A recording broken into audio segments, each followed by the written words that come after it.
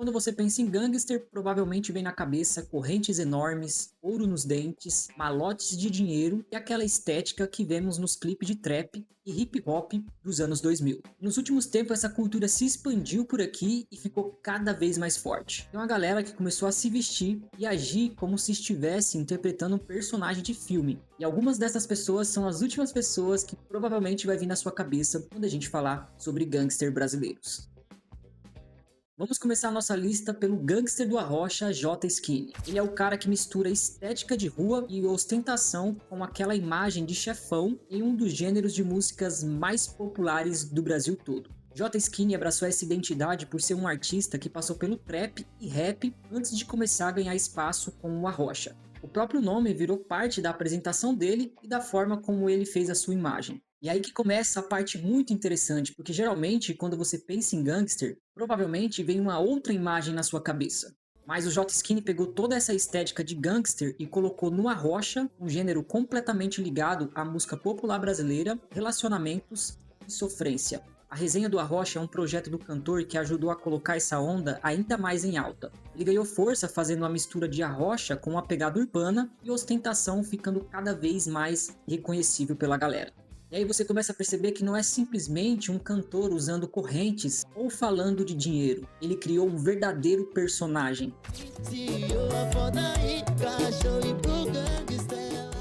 Mas J Skinny tá longe de ser o único brasileiro que resolveu transformar essa imagem em lifestyle. Se tem uma coisa que a internet brasileira adora, é transformar personagem em profissão. E talvez nenhum caso represente isso melhor como o do Wellington Noronha. Porque ele ficou famoso não por ser um gangster, mas simplesmente por parecer muito com um gangster das telas que a gente conhece. E provavelmente você também conhece ele, o Tommy Shelby brasileiro. Antes da fama, Ellington tinha uma vida diferente da imagem que ficou conhecida na internet até começar a incorporar o personagem de Peaky Blinders. A semelhança chamou a atenção e a internet brasileira abraçou, e aos poucos aquela imitação deixou de ser apenas uma zoeira. Cenários que lembravam o universo da série e até armas falsas aparecem em alguns conteúdos. O personagem saiu das televisões e começou a fazer parte diretamente da cultura brasileira. Memes, vídeos, frases motivacionais e a estética do personagem começou a ser usada até mesmo pelos artistas e famosos. A própria Folha de São Paulo já mostrou como Peaky Blinders virou referência dentro do rap, funk e trap brasileiro, inclusive em trabalhos como o clipe A Arte como Crime. No clipe A Arte como Crime, Salvador da Rima aparece caracterizado com uma estética diretamente inspirada em Peaky Blinders. Arte como crime, dinheiro lavado volta limpo da berrine. Salvador da Rima é um nome conhecido dentro da cena do rap e do funk. E no clipe, A Arte como Crime, ele usou uma estética muito diferente das que associamos ao funk brasileiro. E ele não aparece sozinho. Magrão e Janderson Fundação também aparecem com a mesma estética. E claro que isso levanta uma pergunta muito interessante. Por que uma série britânica sobre uma gangue dos anos 1920 funciona tão bem dentro do rap, funk, trap brasileiro? Porque poder, dinheiro e corre combina perfeitamente com as imagens que esses gêneros já trabalham. E principalmente aquela imagem do cara que impõe respeito. É uma identidade visual extremamente forte que mesmo quem nunca assistiu a série entende a referência na hora. E justamente por isso que essa estética funcionou tão bem aqui no Brasil. Agora temos artistas brasileiros recriando uma gangue inteira inglesa dentro dos videoclipes. Só que aí a gente chega em um caso um pouco diferente, porque o Orochi nunca colocou gangster no nome, mas basta você olhar para a imagem construída ao redor dele e você começa a encontrar vários elementos desse universo. Correntes, carros, mansões, dinheiro e luxo. É aquela imagem clássica do cara que chegou ao topo e agora vive cercado de poder. Colômbia. O Orochi construiu uma identidade visual muito ligada ao luxo. E isso tem muita coisa em comum com a cena que o rap e o hip hop americano construiu durante décadas. Porque quando você pensa no rapper americano clássico, principalmente aquele associado à estética gangster, também pensa em tudo isso. Só que o trap brasileiro pegou várias dessas referências e adaptou à sua própria realidade. O Orochi é um dos artistas em que essa transformação ficou bastante visível. Nas músicas aparecem frequentemente referências a dinheiro, luxo e conquista. E isso ajuda a construir uma narrativa do cara que venceu e agora vive como um verdadeiro chefe. Só que existe uma diferença importante. Aqui não estou dizendo que o Orochi é realmente um gangster. Estamos falando da estética e dos símbolos que aparecem na construção artística dele. É uma enorme diferença. E essa estética não nasceu aqui no Brasil. Ela foi sendo absorvida ao longo de várias décadas. Primeiro pelo hip hop americano, depois pelo rap nacional, recentemente pelo trap. Cada geração foi adaptando esses elementos. O terno virou roupa de grife, a corrente ficou maior e o gangster virou um personagem de luxo. E isso reflete diretamente o gangster brasileiro. Ele não necessariamente é o gangster dos filmes, também não é o criminoso organizado da vida real. É uma mistura de referências que o Brasil pegou e transformou em outra coisa. Please, let me talk to him a minute. You a communist? Huh? How'd you like it?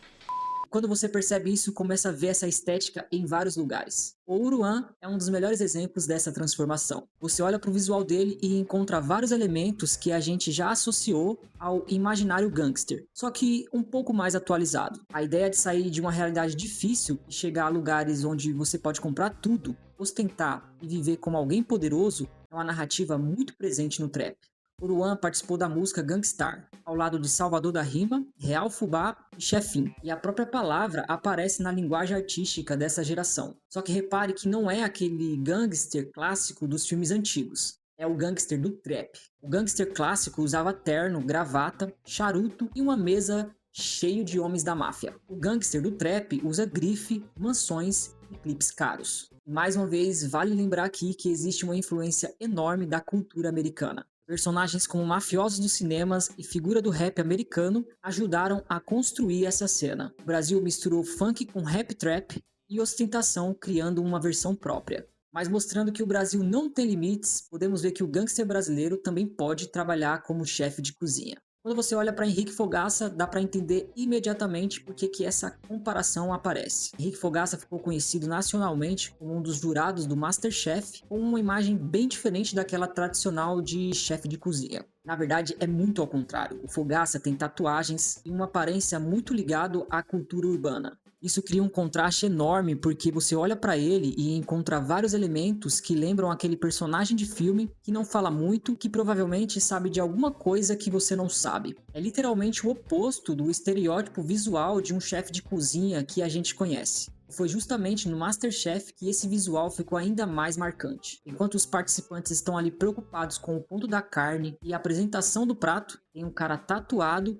de cara fechada, julgando tudo que você faz. E isso funciona porque o Fogaça não está tentando interpretar nenhum gangster. Na verdade, alguns elementos visuais que ele incorporou carregam esse significado na visão da galera. Tudo isso já apareceu antes associado ao famoso bad boy. A gente já viu isso em várias culturas, tanto na televisão quanto nos cinemas. E isso é o que torna o Fogaça tão engraçado nessa lista, porque os outros casos, a pessoa está dentro de um universo onde essa estética faz muito sentido. Já o Fogaça está literalmente fazendo comidas. O cara pode estar falando de risoto, mas visualmente parece que ele está querendo cobrar alguma dívida. Mas para fechar essa resenha sobre os gangster improváveis brasileiro, a gente chega em um caso que deixa essa brincadeira um pouco mais complicada. Porque antes mesmo das investigações recentes, essa pessoa já tinha sido associada à imagem de chefona por muita gente. Deolane Bezerra construiu sua imagem pública baseada em luxo e ostentação. É uma estética que hoje ficou conhecida na internet como mob wife. E é aí que começaram as comparações. Bolsas caras, carro de luxo fez muita gente associar a Deolane a uma imagem de chefona. Mas parecer um personagem da máfia não significa estar envolvido com a máfia. E durante muito tempo isso era apenas uma comparação estética. Só que a história tomou um outro rumo. Em 2026, esse assunto deixou de ser apenas uma brincadeira e Deolane foi presa em maio durante a Operação Vernix e investiga um suposto esquema de lavagem de dinheiro ligado ao PCC. A investigação afirma que a estrutura financeira dela teria sido usada para disfarçar o estilo de vida ilegal que ela tem. A defesa de Deolane afirma que ela é inocente e nega envolvimento com o PCC e com atividades ilegais também. E a internet passou anos olhando para aquela figura, dizendo que ela parecia muito com uma chefona. Só que depois que uma investigação criminal passou a envolver o nome dela, a mesma estética começou a ser vista de outro jeito, mostrando que a linha entre realidade e fantasia pode ganhar outro significado em um cenário diferente. Claramente, existe muita diferença em todas essas figuras que a gente conversou até aqui. Alguns usam o nome, outros encenam personagens e tem quem apenas adota a estética. Mas uma coisa que a gente não pode negar é que aquela imagem clássica do gangster de filmes mudou bastante. Me conta aqui nos comentários qual brasileiro você acha que tem mais cara de gangster e a gente se vê no próximo vídeo.